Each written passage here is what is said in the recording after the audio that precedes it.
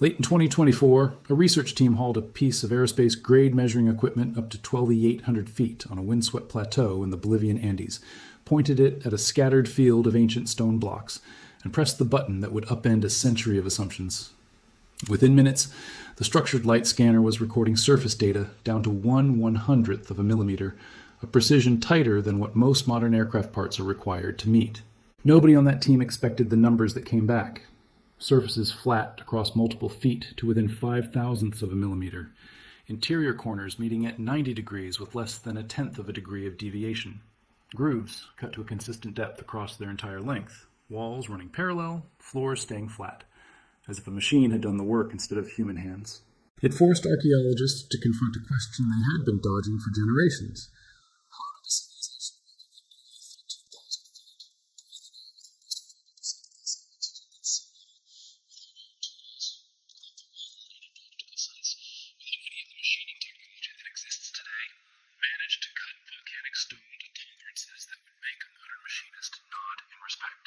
The place is called Puma Punku, and it sits on a high, cold plateau near the southern shore of Lake Titicaca in Bolivia, the highest navigable lake on Earth. For more than a century, it has puzzled, frustrated, and occasionally obsessed the researchers who have tried to explain it. Scattered across the ground are cut stone blocks made from andesite and red sandstone, two of the toughest, most stubborn rock types found anywhere in the region. The angles are so precise, the surface is so unnervingly flat, that no one has fully reconstructed what the original structure even looked like standing. Most ruins, however damaged, at least suggest their original shape. Puma Punku doesn't. It sits there as a debris field of engineering-grade fragments with no obvious blueprint. The people who built it were the Tiwanaku, a state-level Andean civilization that rose to power around 300 AD and reached its peak influence between roughly 500 and 900 AD. At their height, the Tiwanaku controlled territory stretching across the Bolivian Altiplano and into parts of what's now Peru, Chile, and Argentina. This was not a small wandering tribe scratching out a living on a cold plateau. This was an organized, centralized state with sophisticated agriculture, extensive trade networks reaching hundreds of miles in multiple directions, and monumental architecture that still commands attention today. Their capital city, also called Tiwanaku, may have held tens of thousands of residents at its height, an extraordinary population to sustain at that altitude using only ancient agricultural methods. And sustain it they did, through an ingenious system of raised field farming that boosted crop yields dramatically in an environment where growing food should have been nearly impossible. They carved massive stone monoliths, including the towering Bennett monolith, which stands over 20 feet tall and remains one of the most impressive single-carved objects anywhere in the ancient Americas. Nobody seriously disputes any of this. The Tiwanaku were real, they were organized, and they were genuinely accomplished builders. What has been argued for over 100 years is something narrower and stranger. Whether the tools and methods historians attribute to the Tiwanaku can actually account for the specific, almost unnerving precision found at Puma Punku itself. That question matters more than it sounds, because Tiwanaku society did not appear out of nowhere. The archaeological record shows a culture that developed gradually over centuries, starting as small agricultural communities scattered around the lake and slowly consolidating into the regional power it eventually became. That long development gave the society time, generation after generation, to refine specialized crafts, including stonework passed down and improved rather than invented from scratch in a single burst. A civilization with hundreds of years of accumulated stoneworking knowledge, organized under a centralized state capable of directing large, coordinated labor projects, looks considerably more capable of producing something like Puma Punku than a smaller, less established society ever could. The main complex is impressive but conventional. Stone walls, terraces, temples, sophisticated architecture you'd expect from a skilled Andean civilization of this era. Puma Punku is something else entirely. Its blocks are cut with a level of precision that shows up almost nowhere else in the ancient world, outside a small handful of famous comparisons like the tightest stonework in Inca Cusco or specific structures in ancient Egypt. Surfaces stay flat across multiple feet. Angles repeat with uncanny consistency from block to block, almost as if they were produced from shared templates rather than carved individually by hand. Interlocking grooves and notches suggest a deliberate, systematic method rather than improvised craftsmanship. And the material makes all of it more striking, not less. Andesite is a hard volcanic rock sitting around 6 to 7 on the Mohs hardness scale, well above copper, which measures only around 3. Copper tools cannot cut andesite efficiently. The tool simply wears down faster than the stone does. Producing even a single clean cut using copper chisels alone would take an extraordinarily long time and would typically leave visible, irregular tool marks from slow, repetitive labor. For decades, researchers who studied Puma Punku's surfaces kept describing something that didn't quite fit that picture. Unusually uniform faces, sharp, consistent corners. That specific date has been firmly rejected by essentially every modern archaeologist working the site. Radiocarbon dating of organic material recovered there consistently places construction between roughly 300 and 900 AD, squarely within the known Tiwanaku period, and Poznański's astronomical methodology has been criticized on multiple technical grounds, since including questions about which structures he actually measured his alignments against and how reliably those structures had kept their original orientation after centuries of earthquakes and looting. But here's the part that gets left out when people dismiss Poznański entirely. His raw observations about the stonework itself proved much harder to simply wave away. He carefully documented the precision of individual blocks and the complexity of the joinery between them, and later researchers using far more sophisticated equipment kept arriving at strikingly similar numbers. Surfaces flat to within 1/1000th of an inch. Diorite is a hard stone with a composition similar to granite, roughly comparable in hardness to andesite itself. The proposed technique has workers using diorite hammerstones to slowly pound and remove material from the andesite, gradually shaping the block through sustained, repetitive percussion.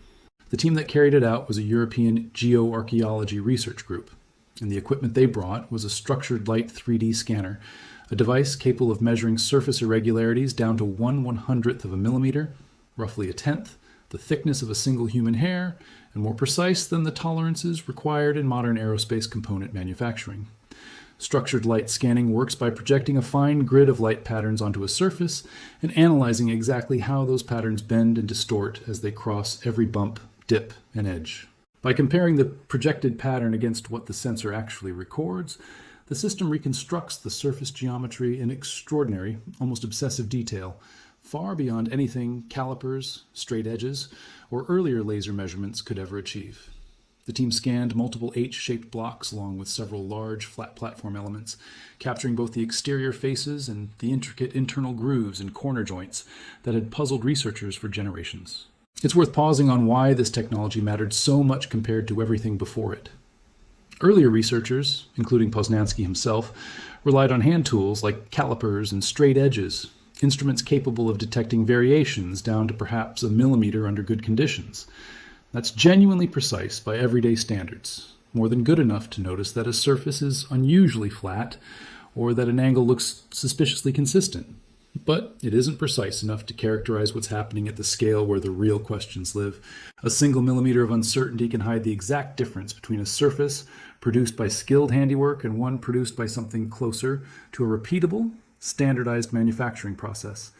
Structured light scanning closes that gap entirely, which is exactly why aerospace and automotive manufacturers rely on this same underlying technology to verify that a physical part actually meets its design specification down to thousandths of an inch. The results confirmed what earlier harder measurements had only hinted at. Surfaces measured flat to within roughly 0.005 of a millimeter across spans of several feet, a level of flatness that goes well beyond anything visually apparent and starts to approach what modern precision grinding equipment produces. Internal corners on the H blocks met at angles deviating from a true 90 degrees by less than 1/10 of a degree, tight enough that a modern machinist would recognize it instantly as genuine engineering tolerance, not lucky craftsmanship. Grooves cut into the block surfaces held a consistent depth to within about 1/10 of a millimeter across their entire length, with walls running parallel and floors staying flat rather than wavering the way hand-carved material typically does. Petrographic and mineral analysis of the stone itself confirmed the blocks are naturally formed volcanic andesite, not some kind of cast or synthetic material, and the samples closely matched mineral signatures taken directly from identified quarry sites several kilometers away. That put to rest a separate, more exotic theory that had circulated for years, suggesting the blocks might have been poured or molded rather than carved from solid stone.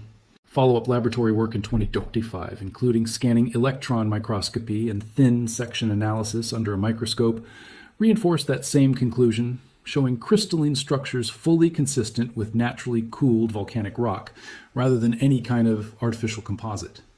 But here's where it gets genuinely fascinating, and where the story stops, being just a list of impressive numbers. What the scans also picked up was the actual tool marks preserved in the stone itself. Rather than showing the kind of smooth, featureless finish a modern machine tool leaves behind, close examination revealed repetitive abrasion patterns, consistent with percussion followed by grinding, exactly the signature you'd expect from patient stone-on-stone work, combined with a slurry-based polishing process using sand or a similar abrasive. That single detail matters enormously because it means the precision at Puma Punku isn't evidence of some fundamentally different, unexplained manufacturing process. It's evidence of an extraordinarily disciplined version of a manufacturing process. The interlocking geometry of the blocks, while protrusion in one piece is shaped to slot precisely into a recess on another, appears specifically designed to help distribute stress during earthquakes, which are common across this stretch of the Andes. Simulations of that interlocking geometry suggest it meaningfully reduces shear forces compared to a simpler stacked design, hinting that whoever engineered the system was thinking seriously about how these structures are made to survive seismic activity over the long term. Similar interlocking strategies show up at other sites across the Andes as well, suggesting this wasn't a one-off trick unique to Puma Punku, but part of a broader regional engineering tradition focused specifically on earthquake resistance. None of this makes the site any less remarkable. If anything, it makes it more impressive, because it means real people using real tools available to them at the time achieved genuinely industrial-grade tolerances through nothing but skill, patience, standardized methods, and an enormous coordinated labor effort at over 12,000 feet above sea level, where the air holds roughly 40% less oxygen than at the coast, and every hour of hard physical labor costs noticeably more than it would at sea level. Moving these blocks in the first place was its own enormous undertaking. The andesite came from quarry sites roughly 10 miles away across genuinely difficult terrain, but some of the massive red sandstone platform blocks, if you weigh close to 100 tons or more, were transported from sources reported to be over 50 miles distant. Archaeological surveys have since identified graded transport pathways connecting these quarries directly to the Puma Punku site. Physical evidence of exactly the kind of large-scale logistical planning that would have been required to move stone of this size across Andean terrain using sleds, rollers, ropes, and a coordinated, well-managed workforce. It's worth putting that altitude challenge in concrete terms. Modern workers operating at comparable elevations typically tire faster and need significantly more rest than workers doing identical physical labor at sea level, simply because there's less oxygen in every breath. That's exactly the kind of centralized organizational capacity historians already associate with the Tiwanaku state at its peak, which is part of why the emerging picture of Puma Punku fits so comfortably within what's already known about Tiwanaku society, rather than requiring anything beyond it. So if the precision itself isn't the unsolved part of this story anymore, what actually is? The real still unresolved mystery at Puma Punku isn't how the stone was cut. It's what it originally looked like when it was still standing. Spanish colonizers pulled blocks from the site to use as raw building material elsewhere. Local farmers over the centuries carted off stones for their own construction projects. Earthquakes, the very events this interlocking design was apparently built to resist, still toppled sections of the structure and scattered its components across the plateau over time. Of the roughly 150 blocks believed to have made up the original standing architecture, none remain in their original position today. What's left is closer to a debris field than a ruin, a scattered stone puzzle with a meaningful number of its pieces missing, damaged, or relocated entirely. That's exactly why simply proving the blocks could have been cut this precisely doesn't finish the story. Reconstructing what they originally assembled into has turned out to be its own genuinely difficult, unresolved problem. Researchers at UC Berkeley, led by archaeologist Alexei Vranich, spent years tackling this specific challenge, ultimately taking what might sound like a surprisingly low-tech approach. Rather than relying purely on computer modeling, they created accurate, small-scale three-dimensional printed replicas of the surviving fragments, scaled down enough that researchers could physically pick them up, rotate them by hand, and test different configurations directly on a tabletop. Vranich has pointed out that the human brain still tends to outperform a computer screen when manipulating irregular three-dimensional shapes in space, and giving researchers physical models let them explore possible arrangements far faster than screen-based modeling alone had ever managed. That project, building on more than a century of careful measurement work by earlier scholars, has produced some of the most promising steps yet toward understanding how these scattered fragments originally fit together, though a fully confirmed complete reconstruction still hasn't been achieved. The scale of the puzzle Vranich's team took on is worth appreciating on its own terms. Field notes and measurements collected by different generations of researchers, working decades apart with different tools and different documentation standards, had to be reconciled into a single usable data set before any physical modeling could even begin.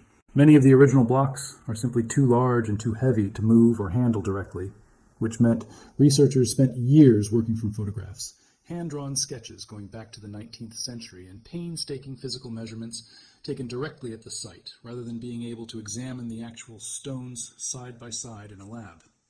Turning that scattered decades-spanning archive of data into a coherent, testable physical model was as much an exercise in historical detective work as it was in engineering.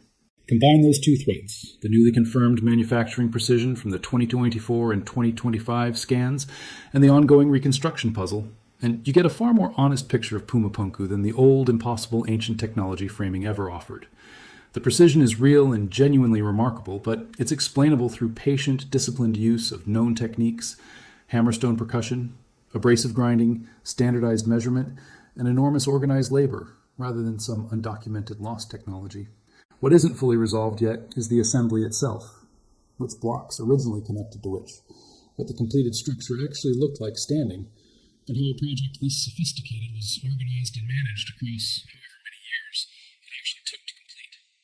There's also a fascinating structural mystery still sitting underneath the interlocking H blocks specifically. Even with the puzzle pieces this scattered, researchers have noted that the surviving blocks don't uniformly fit together in an obvious way. Some pair up cleanly. Others show slight variations in dimension that suggest either different production batches made to slightly different specifications over time, or simply that too many connecting pieces are missing for the full picture to click into place using only what survives today. That detail keeps researchers cautious about declaring any single reconstruction final, and it's part of why active work on the site continues, rather than being treated as a settled question. One idea that occasionally surfaces in discussions of the site, and that's worth addressing directly rather than dismissing, is whether Puma Punku might simply have been left unfinished. Blocks manufactured and transported to the site, but never actually assembled into a completed structure. It's an interesting possibility, and it would help explain some of the dimensional inconsistencies between blocks that researchers have documented. But there's no clear evidence pointing to a specific catastrophe or sudden historical event that would explain an abandonment like that. The Tiwanaku state didn't collapse suddenly.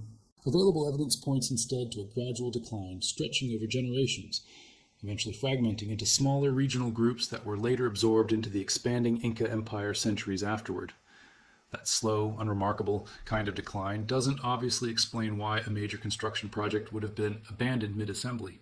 So most researchers still lean toward viewing the site as a completed structure that was later damaged, dismantled, and scattered by 5 centuries of subsequent human and natural activity, rather than one that was left incomplete from the very beginning. Zooming out, Puma Punku fits into a much broader, well-documented pattern in archaeology.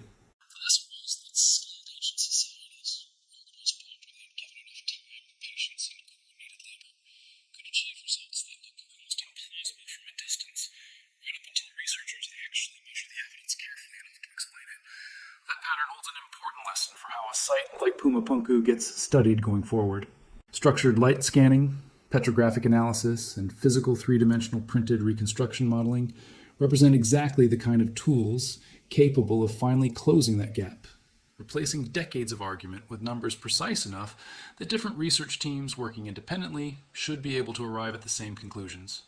Puma Punku looks like it belongs squarely in that same pattern.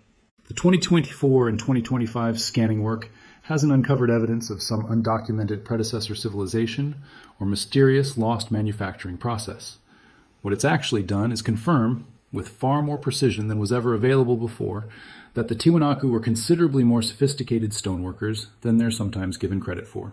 Every new scan, every fragment properly cataloged and measured, and every refinement to the reconstruction models brings researchers a little closer to answering the question that's actually still open here. Not whether the Tiwanaku were capable of producing something this precise, since the evidence now strongly suggests they were, but what specifically they built with that capability, and how it all originally stood together before time, weather, and centuries of human hands slowly took it apart. For now, the books read exactly where 500 years of upheaval left them, scattered across the windswept plateau of 12,800 feet, their surfaces holding tolerances tight enough to satisfy a modern machinist. Their original arrangement is still an open question. The precision has finally been measured.